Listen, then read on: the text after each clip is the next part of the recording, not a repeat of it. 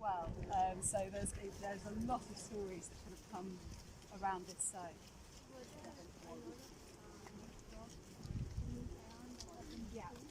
Yeah. So the riverfront, we're walking towards the river here, and there would have been, I think, up to 7 slipways. So you'd have ships being built in various states of construction, and this will come to in a minute, but this line said that ships were being built in there, so one on each side. And the basin in front of it. So and then this section is exactly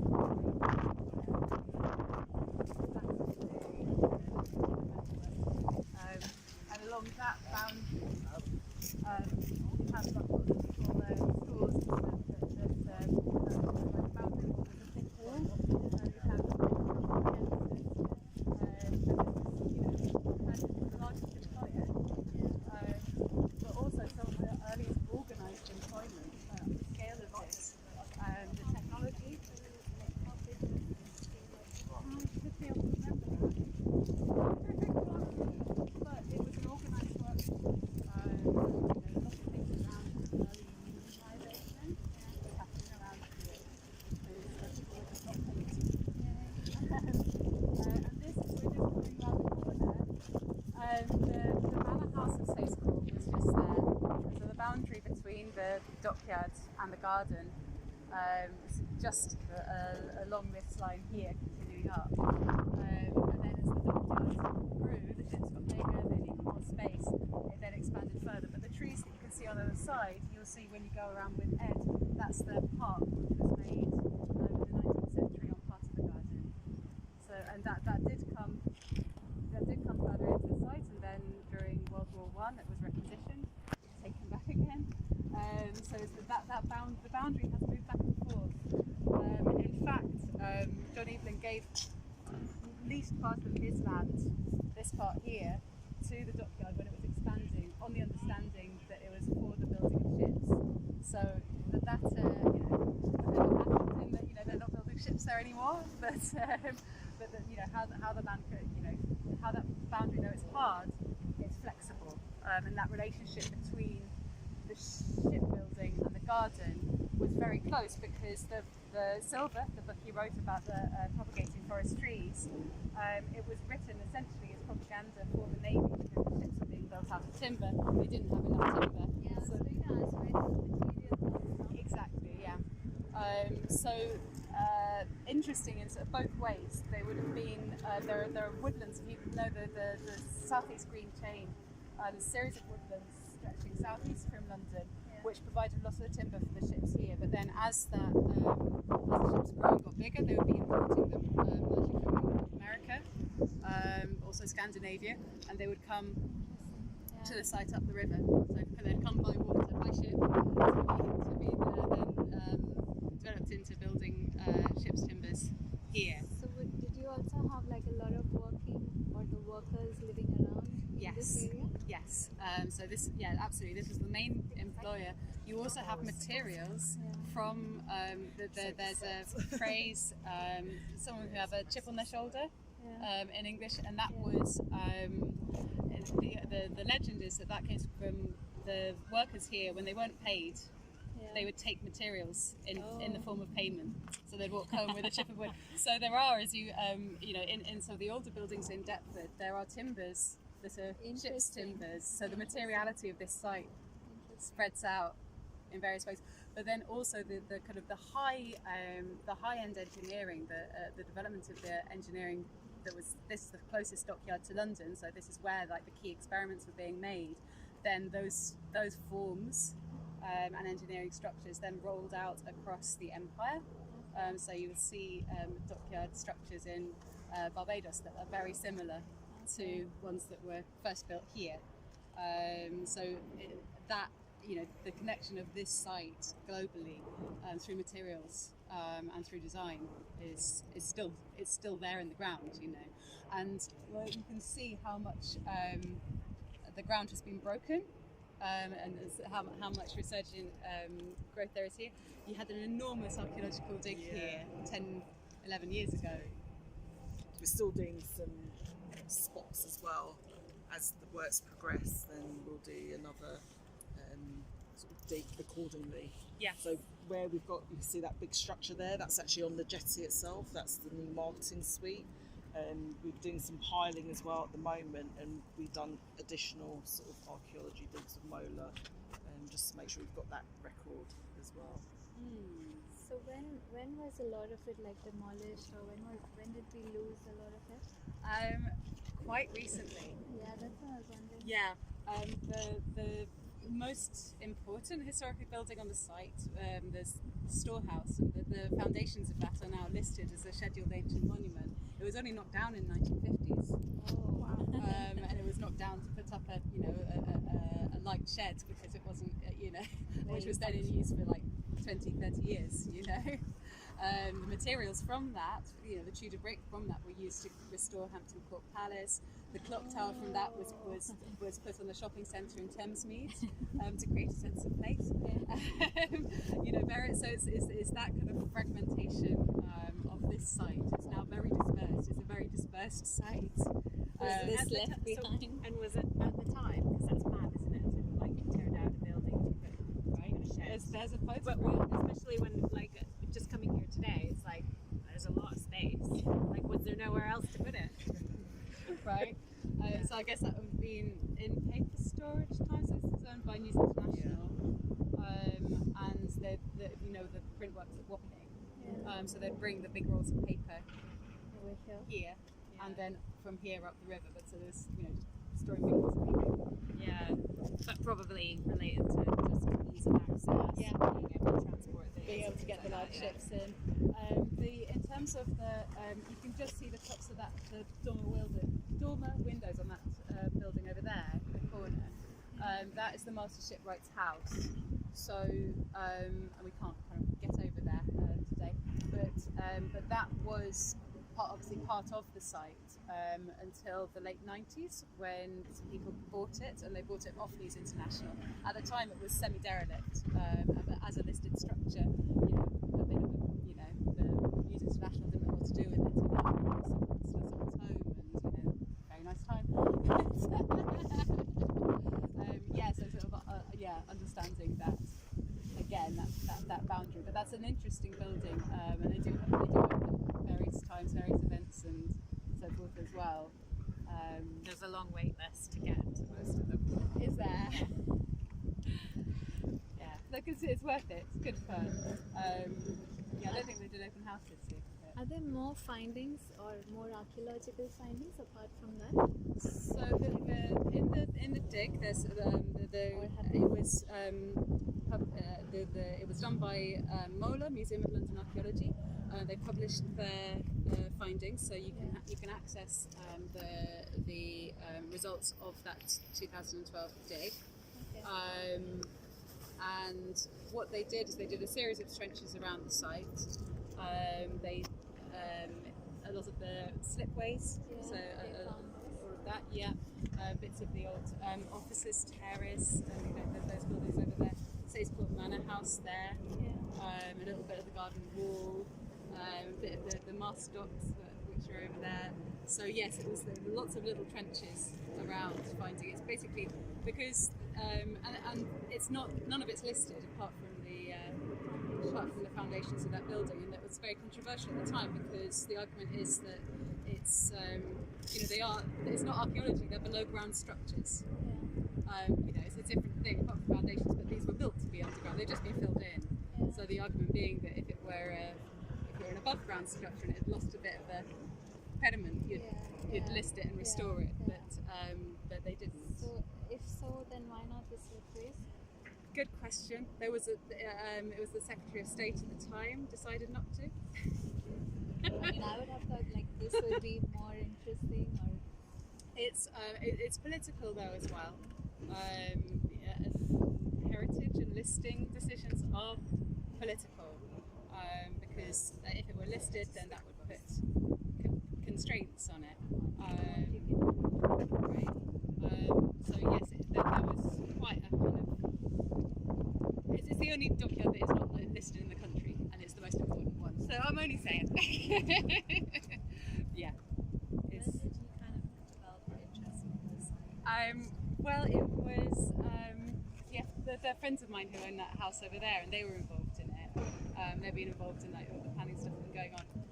And then one of them said to me, "Oh, Rue, there's some garden thing on the other side you might be interested in." And I was like, "Oh, I remember that plan from my first lesson in landscape history. I think this might be important." So through them, because they've been campaigning around Deptford and various sites, but particularly they were interested in the dockyard history here. So yeah, got involved with between us and various other assessment communities. And that's What's the construction going on at the moment? Is that for? it's the developer, yes. So as Angela said, it's their marketing suite. Yes. Sorry, I think they have you. I showed you the master plan. Yeah. None of that's started yet. And it's very slow. It's very slow. I don't know when and how. So do you think there's like hope to it, or like? It's very political. Like, it's you know that there are limitations on planning consent lasts. If you don't actually build it and construct it, but this one has rolled on and on. But we'll see. I mean, it's already been 9 years since outline planning consent. That's a long Yeah, I time. think it's 3 years. Isn't it 3 years or something? And you can. Yeah. So there's a lot. But let's carry on. Let's carry on moving. Just a bit closer to the Olympia. Yeah, but you can see there that flow. The model, the David Conn model that I showed you, where there's the big kind of path of green coming up to the park, bringing down that boundary. So that is where the building that we're going to be part of, on the site of John Eamon's Manor House, has the site there. Certain sense of not actually, if it's part of a problematic history, equally important not to just whitewash out the. Like it's actually a fairly comfortable thing to get rid of the last marks. Right? Like here, so close to the city, like you know, you look across the some of the most famous skylines in Entire London. like South River development, like Yeah. So there's a local organisation called the Museum of Slavery and Freedom, who are worth having a look at. They are looking for a site at the moment. They'll be, it'll be brilliant to be in here because we're able to actually explore those issues, both kind of nationally and globally, but also locally, because of this site and what it means. Museum of what? Sorry. Slavery and freedom and stuff. how many ecological surveys have you done Oh, that's a good on this question. site? Is that something that is So my colleague was talking to the contractor today. I wasn't part of the conversation, but so they have been, but it's not comprehensive. So they have to for the planning section. So there is data available there, but it's what they're doing at the moment. Apparently, is quite limited. There's an opportunity to have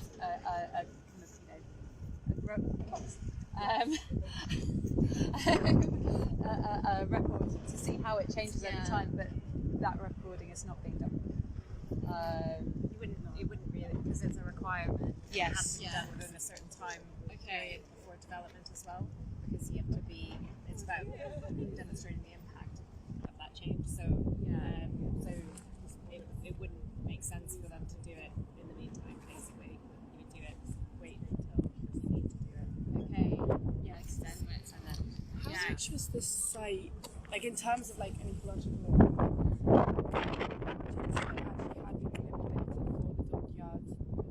Like what would this look like before it changed the course of the river? Because I imagine building in slipways and so on. Well, in fact, there had been a small slipway basin here, like a natural basin here from which is why Roman they times. chose. So there is evidence Yeah. of use of that for a long, long time. It's and in fact they closed this in 1869 with a combination of the ships getting bigger and the river silting up a bit, so that you can get quite such large ships up here.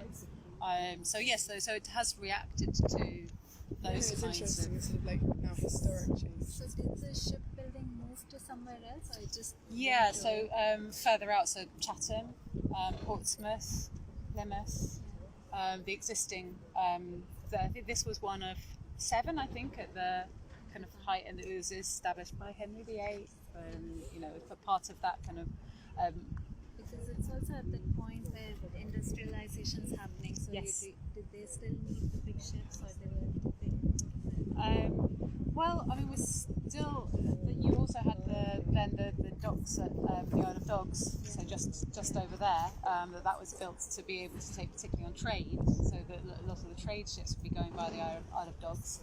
That was constructed especially to be able to get those big ships in, and by the time that was up until the 1980s, and then the big shipping container terminal down at Tilbury, Felixstowe. Thank you. This is a massive change from wood to steel. Yes. Whole production specialised in wood. Yes. 250 years and then they stopped it. Yeah. They had to move to the Isle of Dogs, which is just a plain margin. Yes. Yeah. Amazing. That's another thing that's really interesting about this site is because it was so, because of the way it was used, a lot of mapping, a lot of the recording of the site is you have very precise drawings of this specific piece of land at times where you wouldn't have that anywhere else. But you also have these glorious sections of so from the Isle of Dogs across the river to here, where Isle of Dogs was just marsh, and then here you have the embankment, you have all of the really technically developed things. So so there's vast amounts of material showing this exact site for a lot. The plans from this. Forgot about it.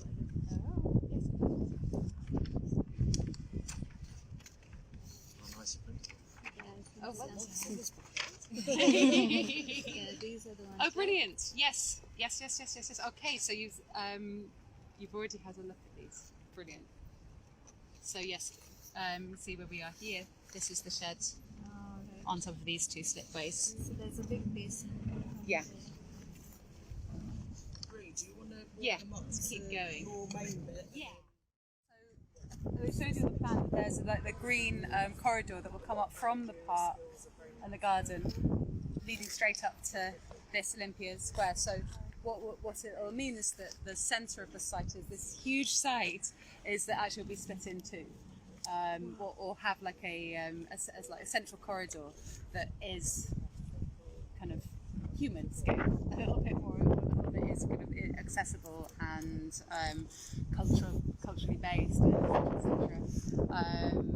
Yes. So like Yes, this. like that. Yes. That's because that's the thing. It's hard to really tell when we're just walking down the road. But this is enormous, 40 acres. It's a big site to get your head around. So yes, the It's like all these buildings Yes. have got like these kind of mini green courtyards. Yes. They're mostly gated. Some of them you can take your dog into, things like that. But they're even around the buildings. Often they've got really high fences. It's not possible to go Yeah. in. You can see that there's grass well, there, but and they're not really also used. they've got their backs to a walled thing. So it's weird, isn't it? You wouldn't how do you open up any of that? Is it actually Just more remove the open fences, for isn't it? across the city to see? Because that's quite that's a really surprisingly open skyline, Isn't it? That's such a rare pocket to have in the boys. And it's amazing sort of being at this point on the Isle of Dogs, because you do when you get to the river you can see in both directions along the way, and I mean that is Deptford's riverfront.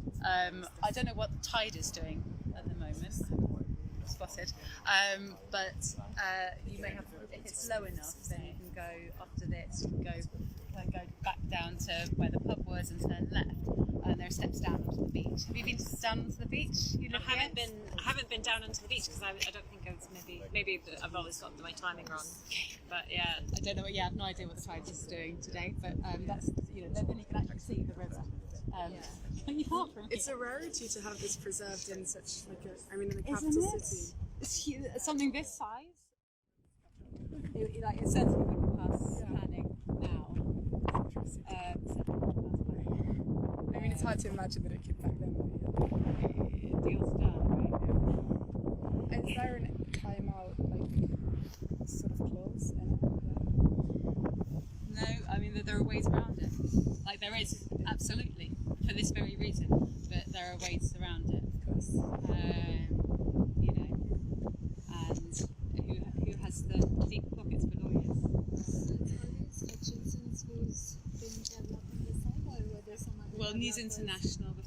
And so with Leeds International, they put in the first planning proposal. It was a Richard Rogers scheme, and that was 1999 or something, and which wasn't that dissimilar to what is finally, got approval. And at the time, Lewisham gave that, and it's damn you, Lewisham, that gave them approval in principle, but it said some things need to be, it needs to be better, but we reckon that we can do that sort of massing and volume and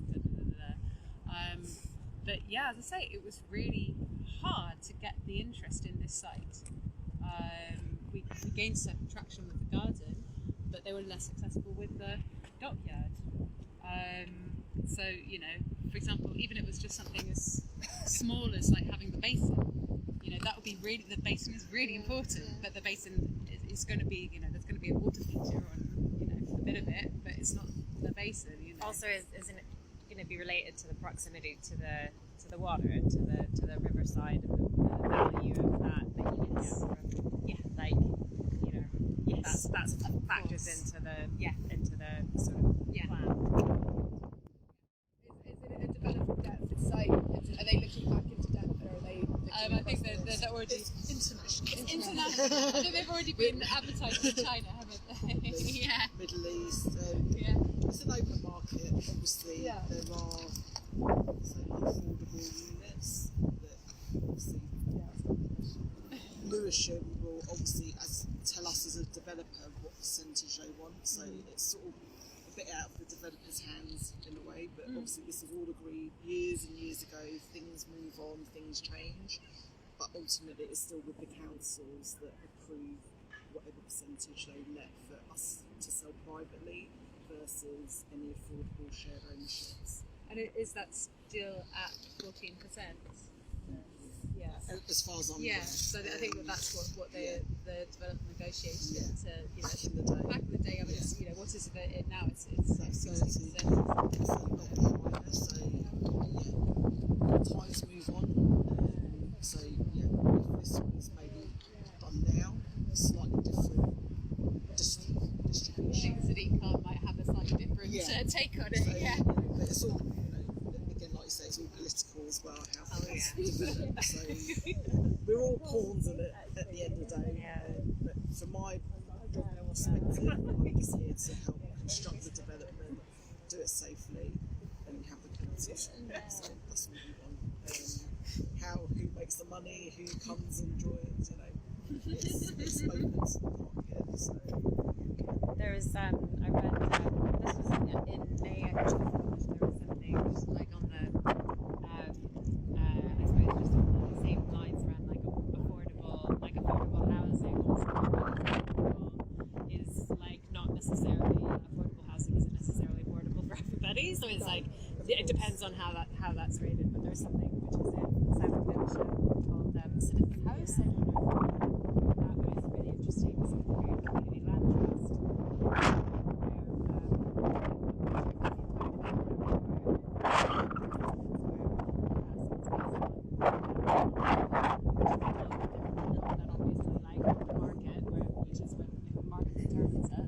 That's really, so it's and it's also like I said, each individual council will have whatever their remit is, and at that moment in time, whatever's negotiated. and what it says in the local plans. Yeah. So what gets defined in sort of policy is kind of what you can follow So through it's with not later. just the developer who might think face value might be the developer demanding X, Y, and Z, but most of the time we're trying to live here to the requirements of the council. Councils are under immense pressure to deliver X number of houses per year. They had another iteration, which was this was foreign cattle market. They would bring in cattle from South America, bring live here, slaughter them, and send them into London market, Smithfield Market. So if you go down to the beach, you'll see a lot of bones. A lot of bones. So yes, it's a bit like that live animal transport coming through here as well. And there's just so much material about this site. With lots of photographs of that, so you can see lots of drawings. It's What's the sense